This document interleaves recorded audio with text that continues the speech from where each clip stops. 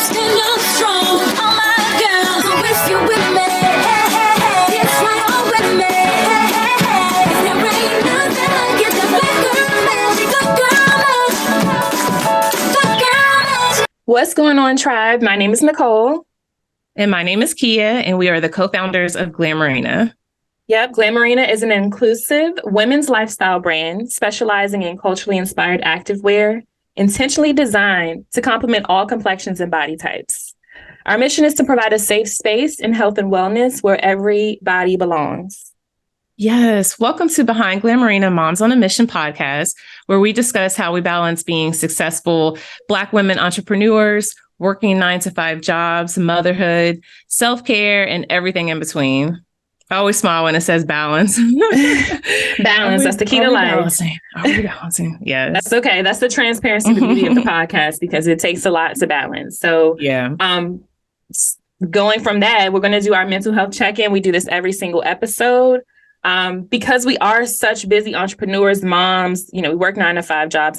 It's important for us to have a mental health check-in every single episode. So we do this with each other weekly, and we want you to do this as well as you listen to the podcast. So mental health status check-in, Kia, like how are you mentally? Where's your mental health at this week? Yeah, I love our mental health check-ins. I say that all the time because I feel like it reminds me also to check in on some of my friends, even, my mom, just a simple, like, how are you for real? Right. So there's, it doesn't always have to be like, oh, I'm fine, everything's good. Because it doesn't have to be. I'm doing okay, though. I would just have to say I am like super tired today for some reason. But I think it's like most weeks when I say that I'm tired, I'm just someone that I don't think I get like really good quality of sleep. One, my daughter still sleeps with me in the bed with me. So it's difficult because if she wakes up in the middle of the night, she gets in my bed, then I'm woken up. And so it's like that process. I feel like I haven't had a really good night's sleep in a while. So just kind of dealing with that. But mentally, I feel like I'm okay. Just pushing through, I feel like when you're, especially as a mother, you kind of push through the tiredness. Like people will be like, oh, you look so tired. I am. But honestly, like I got a lot of work done the night before. We're built for this. I mean, it might not be easy, but you said, we push through. Yeah, exactly. What about you? How you doing? How's your mental health going these days? Yeah, so I just take it week by week. So that's why I'm glad we do this every week, because one week it might be this, one week it might be that. But I think this week I'm like so good mentally. I haven't had any extra strain, extra stress. So I'm in a good space. Finally sold my house. So like that weight just lifted heavily off my shoulders. Oh my goodness. Like congratulations. Thank you. That process is draining. So like this week I'm good. I feel like I said, a weight is lifted off my shoulders. Mentally, I'm like in a great place. I'm finally at a level set where I'm not like, feel like I'm buried under. Yeah. That's a wonderful feeling when you've been going through a lot and doing a lot and things just seem really like weighed down heavy on you. But stuff finally starts coming into place as they always do. And, that weight starts to lift. So that's good. And that goes for anybody out there, because and next week could be different. There could be more challenges that come my way. But I think, like you said, just have hope. So if you're going through so much, or it's like all these things like just weighing you down mentally, there is, a sunshine or rainbow on the other side. Like it's going to subside at some point. So just push through and you're going to feel better. Even if it's just one of those strains lifted off of you, you're going to end up feeling something's going to give. That's all I'm going to say. Something's going to give. So hopefully anybody out there who's struggling, something is weighing heavy, that burden will lift soon. So, So good. Hope everybody is hanging in there. So let's get into today's episode. So we're going to be discussing hair discrimination and how it affects Black women at work. So this is obviously nothing new. It's not surprising. Girl. But a recent article published by the Harvard Business Review has kind of re-sparked this conversation. So just as Black women, us both being Black women, natural hair, and Black women in general, we want to, that's our culture. We wear different hairstyles, right? So we want to talk about in this episode, and based on this article, how Black women specifically, are being affected in the workplace. Yeah, definitely. Hair discrimination in the workplace and how is hair bias manifests at the workplace. And obviously we know it's not just the workplace, it's within our culture. We do that. We discriminate, I feel like, against each other at times in the Black community. But this specific article discussed the hair bias in the workplace. So a recent study showed that Black women's hair was 2.5 times more likely to be perceived as unprofessional. And 1/5 of Black women surveyed in this article between the ages of 25 and 34 have been sent home from work because of their hair. And this was a study that they did in December of 2022 and in January of 2023. And there's still women, obviously we know, like you said, this is nothing new and we'll get into that. But I was shocked to still, hear about women getting sent home from, based off of their hairstyles. So in some areas, legislation is being enacted to counteract the prevalent hair discrimination many people face within workplaces and schools. An important piece of the U.S. legislation that's setting a precedent for other protections is the Crown Act. And the Crown Act was enacted in June 27th, 2019. So not that long ago, only a few years ago. Yeah. But that was one piece of legislation that's supposed to be out here to help us. Yeah. And then, like you said, it's still fresh, it's still new. So the Crown Act stands for creating a respectful and open world for natural hair. It provides protections against race-based hair bias, prohibiting discrimination based on hair texture and protective styles, including braids, twists, and locks. So although 20 states have adopted the legislation, hair discrimination is not prohibited at the federal level. So it's not required. Like it's not they don't have to enact this or put this in effect in their company's organization or their state. So it's new, and hopefully, as the years go on, it could become prohibited at this, federal level where all states have to enforce this. Right. But yeah, people, women work so many different industries, right? So depending on the industry, who owns the company, and that's why it's so important for Black-owned businesses, okay? So we can hire our own people, we can avoid this. But it's crazy. Like, yeah, people being sent home, you know what I mean? Like, you already have the job. You already hired me, my skill set, but now I can't work today. I can't make money because I wore my afro or I wore braids today. It's crazy. Right. It is really crazy. And it's interesting. I would have loved to know a little bit more about what occupations that they were serving, because like you said, there's so many different types of jobs that women are working in. I'm a teacher. I work at a predominantly Black and Hispanic school in terms of the students. But in terms of the faculty and administration, I'm one of maybe 3 Black. Everyone else is white. And it's it's a pretty big school. It's a large staff. So, but I'm not, I'm not an office job. I'm not a 9 to 5. Now, I like how in this article, I think it was either this article or when I started doing a little bit more research on texturism, a lady was discussing about, she spent so much time trying to figure out what kind of hairstyle to wear, even for the job interview. So I get that, because I feel like for my interview, even as a teaching position, I probably wouldn't have showed up at the interview with my natural hair. It's just like, even though I have worn that at work, and I definitely know I'm not discriminated against as much as maybe someone in I say a regular 9 to 5. What I mean is like an office job, a job where you go into the office, So, but yeah, I mean, I that resonated with me because I definitely get that. I get that. Yeah. And then while I'm not discriminated against, I still get the looks. When I change up my hairstyle, I still get the looks. It's crazy. And I think we'll get into towards the end of the episode, we'll get into like ways to mitigate or try to, resolve this in the workplace. But I don't think in some areas it may be the type of occupation, right? But in others, I think it's more so about that area, the demographic in that area, because you could be a lawyer or you could be, it could be any profession. But if it's in an urban community where you're working around people like you, you're not going to be discriminated against because they understand. But if you're doing the same profession in a different area, they're not going to understand culturally. They don't get it. So that's where I think it may not even be the specific occupation in most cases. It may be the area that you're in. And I think ultimately it also just comes down to how we view professionalism and hair and what types of hairstyle we deem as professional. Because while you might be in your own community, I still believe, because I have faced this, not so much discrimination, but a certain feeling or look again from other Black women, so it kind of just depends.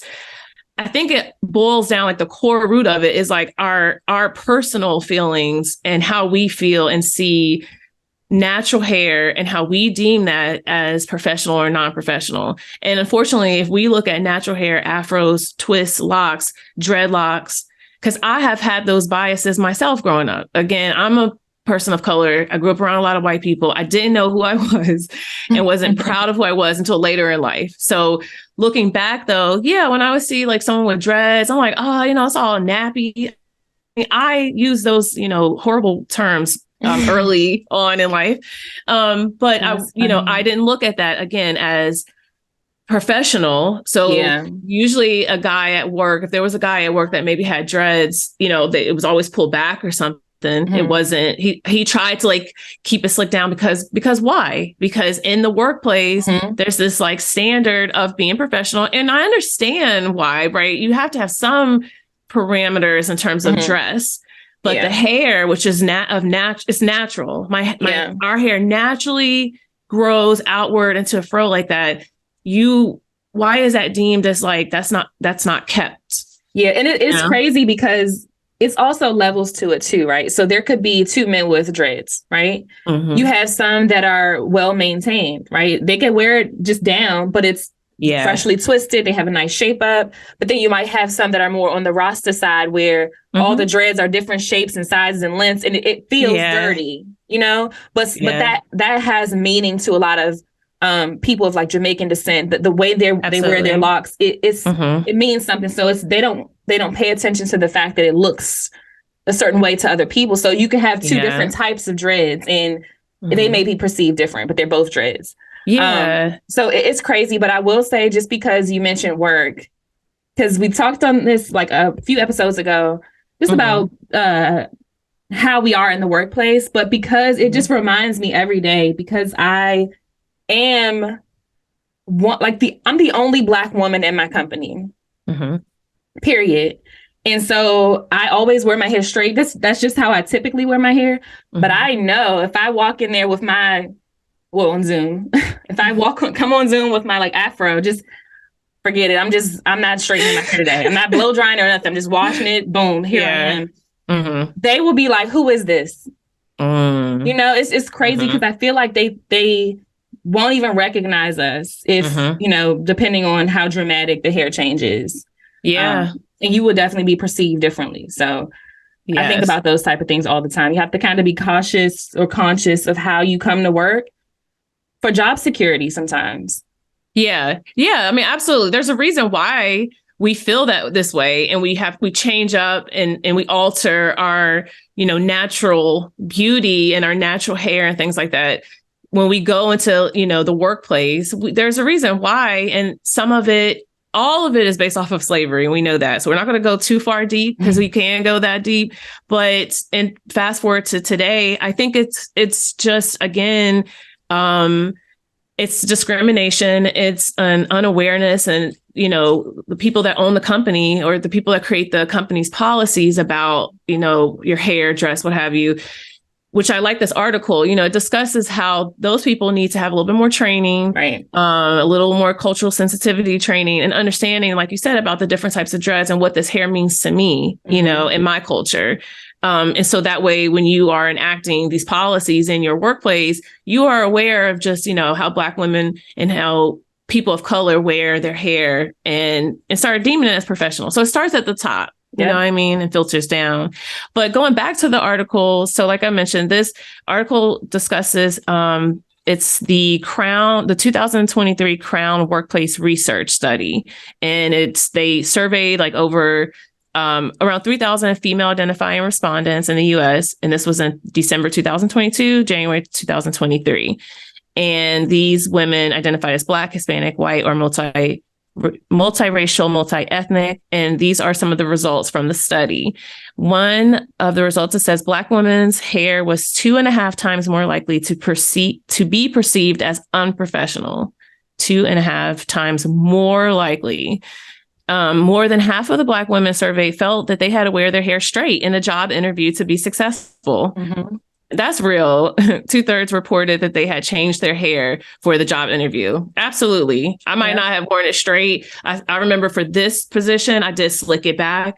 Now, later on throughout the school year, I began to wear it more natural, but I felt like I had to start the school year, especially when I first started at this school. And again, this is an all white school. Maybe if it was more Black in terms of the staff and the admin, maybe I wouldn't have felt like that. But because it's white, 100%.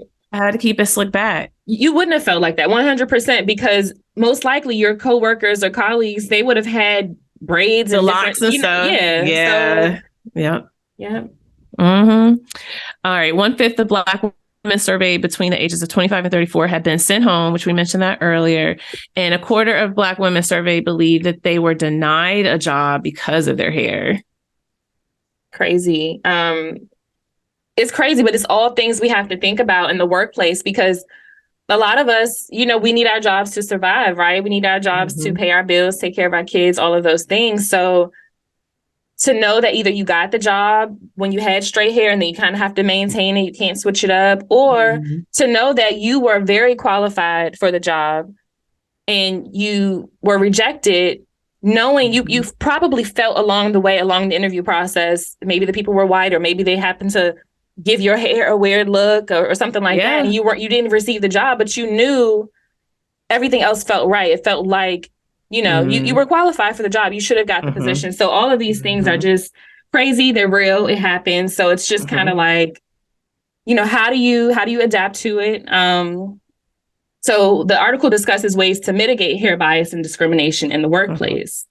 So hopefully more and more companies and organizations are being conscious of this and hearing from their employees to try to change this. So awareness, employee feedback, and objectivity is 3 top things that the article mentions are ways to mitigate hair bias and discrimination. So like kind of you mentioned awareness, it's the lack of understanding of our hair texture. So people at the high level, HR, CEOs, they aren't aware of the different hair textures. Just like a white person might come up to you like, oh, can I touch your hair? They don't understand. They're not aware of, our hair, our culture. Yeah. We need to make them more aware. Absolutely. I love that it said awareness first off, because again, these are ways how, especially, company leaders, these are ways that they can mitigate some of the hair bias, just having an understanding and awareness. You're right, because they're not seeing, they don't have to live this. Black women in our community have to experience hair discrimination and texturism. So I'm glad they gave that a term on a daily basis, especially depending on where you work. And so even with texturism and, I was looking into that a little bit more and how there, it was developed like a hierarchy in a way. So when you think about the natural hair movement came out in like the 2000s, like people were really pushing to, I'm going to wear my natural hair. A lot of women did the big chop. They stopped, if they hadn't already have wearing natural hair, did the big chop, stopped wearing relaxers, what have you. So it's like pushed in the media. Okay, well, we know that in our society, it's like how I'm going to make money off of that in terms of big corporations. So texturism, we were seeing more Black women with natural hair, but we were seeing them with the looser, light, how do I define that? I guess the 1C, the 1A pattern. The curl pattern. Yeah. So this like classification of hair types was developed in terms of 1 to 2 to 3 to 4. I think there's a hairstylist. I want to say I read an article where it was Oprah Winfrey's hairstylist is the one. He first created the hair types, not to be like in a bad way, but I think just to, define them. But that was used to, again, create a hierarchy of the straighter, the closer proximity to whiteness hair is more acceptable, is more professional. Whereas 4C is the harder to deal with, it's the kinkier, more coarse hair. Yeah. And I think another thing as far as awareness, so it talks about having like open discussions in the workplace. So having these conversations brings light to not just the different hair textures that are out there, the hairstyles that Black women wear, but also the challenges. So like you said, hair texture is why a lot of women started getting relaxers and things like that to change their hair texture. But then the article kind of hints on the big thing about how all of these hair products affect our health. And we're trying to obtain this beauty or this vision that people want for us, but it's our health is at risk of that. You know, all of the new lawsuits about, you know, perms and cancer and all those things. Which is like, coming out right now, right? Exactly. That, I think there's a huge lawsuit that they're linking it to uterine. I mean, obviously where there's smoke, there's fire. So they're linking these chemicals and the relaxers and stuff to uterine cancer. Yeah, it's big right now. So having those conversations to say like, you want to perceive me as professional with straight hair, but here are the risks of me, even though, you know, we have more technology now, flat irons and things like that. But it's like the things we go through, even the process of straightening our hair to come to work. The burning of our hair. We're like, so those conversations in the workplace are super important to have, to understand that we don't just wake up and look like that with the straight hair. So that's just one thing. Just have those conversations and make people aware. Definitely. You know, of the culture. Yeah. And I think too, it mentions just consider when you're doing presentations and stuff, like even your stock photos. I'm not 100% sure if this was under awareness or if it's under employee feedback or objectivity, but this even stock photos, like just you have to be aware, you have to be conscious that this is happening for the Black people in your workplace. So with that awareness, you know, think about some ways that you can change that, where you're showing stock photos with different hair textures. So that's the point of bringing up texturism, and that's like an internal battle a lot of times with Black women and each other with our community. So having a variety of photos, maybe in your presentation, are they all the women light skin with straight hair, or even darker skin but with straight hair? Is you know, am I seeing some kinky or all the edges? And I have this conversation with friends all the time when I look at ads and stuff like that of different makeup products.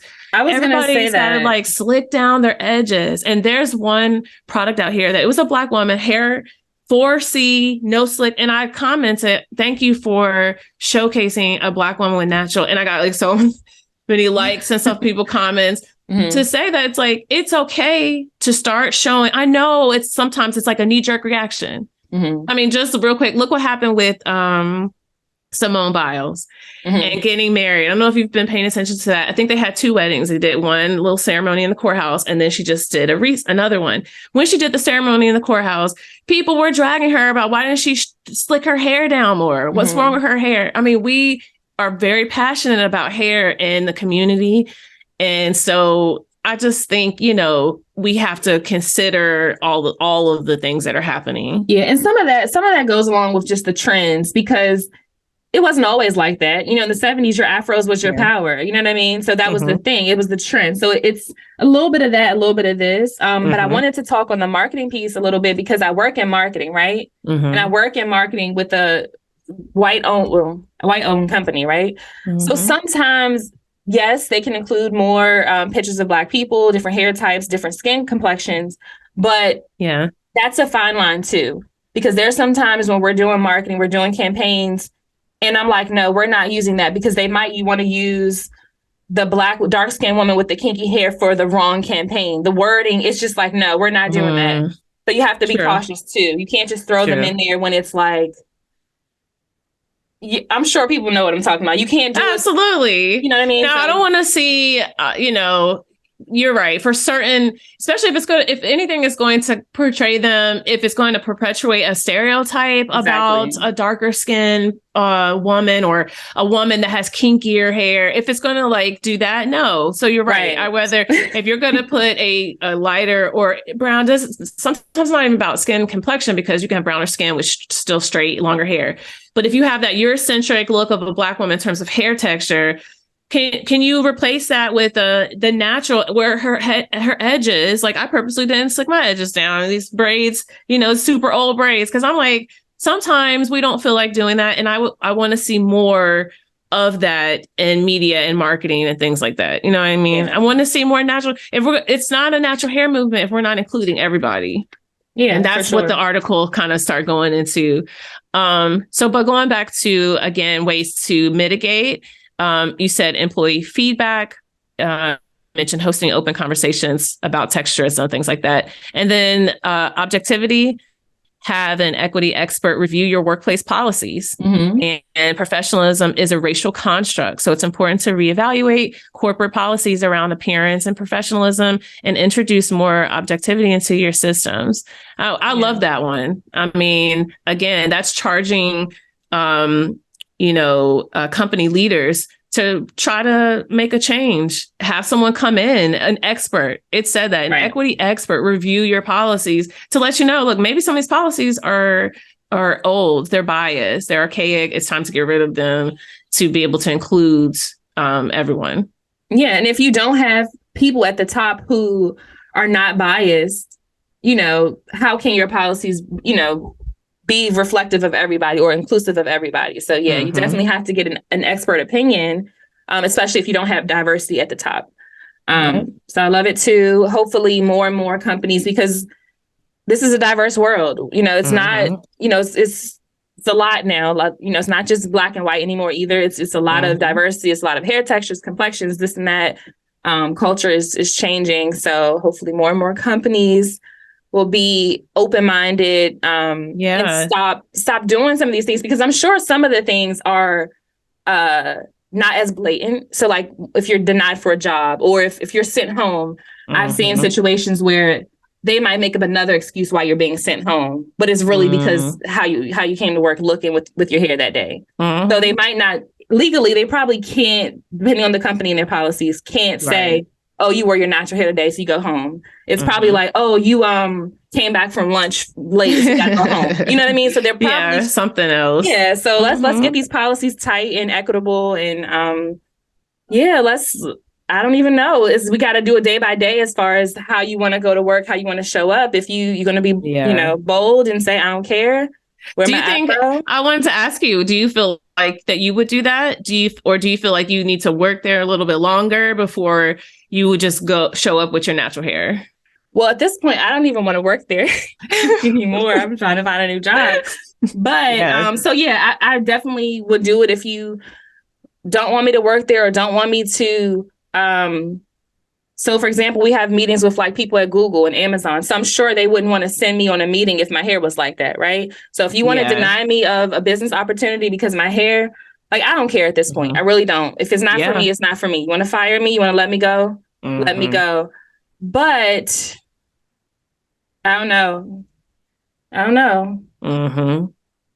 It's tough. But I will say I have worn like braids out of nowhere before, and they were like black and blonde.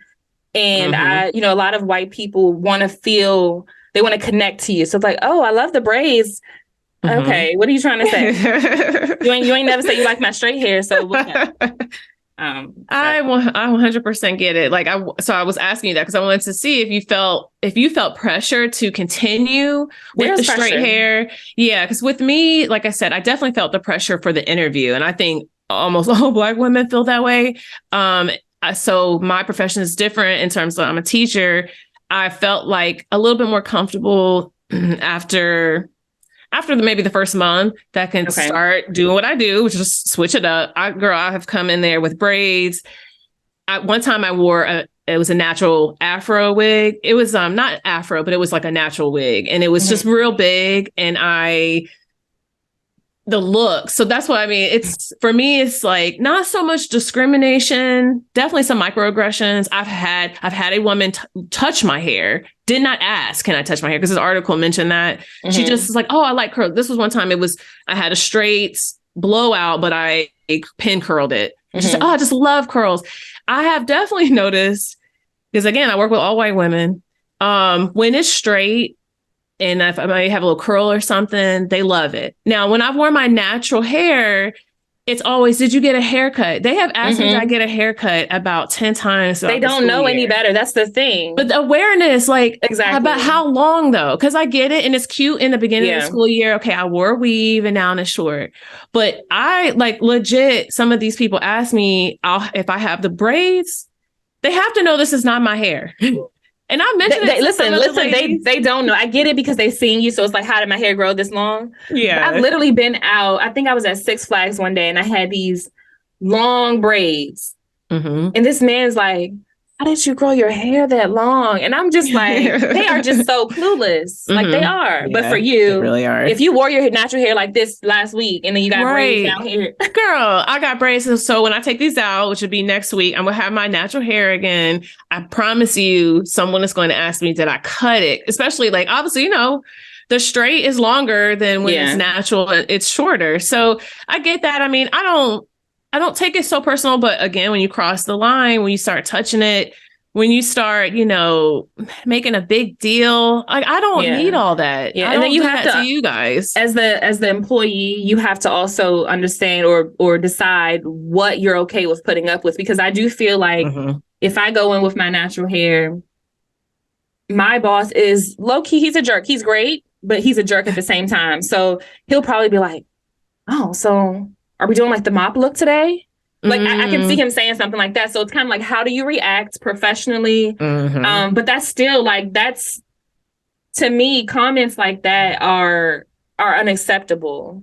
Yes. So it's like, it's almost like, how do you navigate certain conversations that come about too of switching your hair? So it's so much that comes with this topic. That's true. That's true. Because you're right. And I like that you said that we have to think about, when you do decide to switch it up, if you are going to wear the natural hair and they're not used to that, you know what's going to come with it. So just like prepare yourself, which I think when you decide to do that, you kind of are preparing yourself. It's like our own personal, way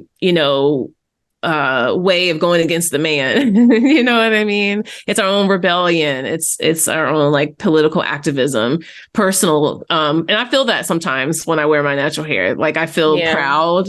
I feel confident in some ways, and sometimes it's too much, you know. Again, all the looks, all the, you know, some people act like they don't even see you. It's just very, very odd behavior, and it can be exhausting. So to all the Black women out there, like, we get it. Nicole and I, we have different hair textures. We all get it as Black women, no matter what hair texture, you know, that you have. There's still something. It's still never going to be good enough. So I want to just leave this conversation with saying, just love yourself. Love. If you have natural hair, you have natural hair. If you still relaxing it, stop. No, I'm just kidding. If you want to relax your hair, shout out to you. But read those articles on the relaxers. Focus on your health. Put your health first too. Put your health first, and just love yourself, ladies. Just love yourself. Yeah, definitely. This was such a great topic. It's an ongoing topic, and so many topics that can come from this. But be conscious, be aware, make smart decisions, but be yourself at the same time. Thank you guys so much for tuning into today's episode of Behind Glamourina, Moms on a Mission. We have a passion for building sisterhood through wellness and creating a safe space where all women feel like they belong. Yes, and be sure to visit glamourina.com to shop culturally inspired activewear that reminds you that you are enough.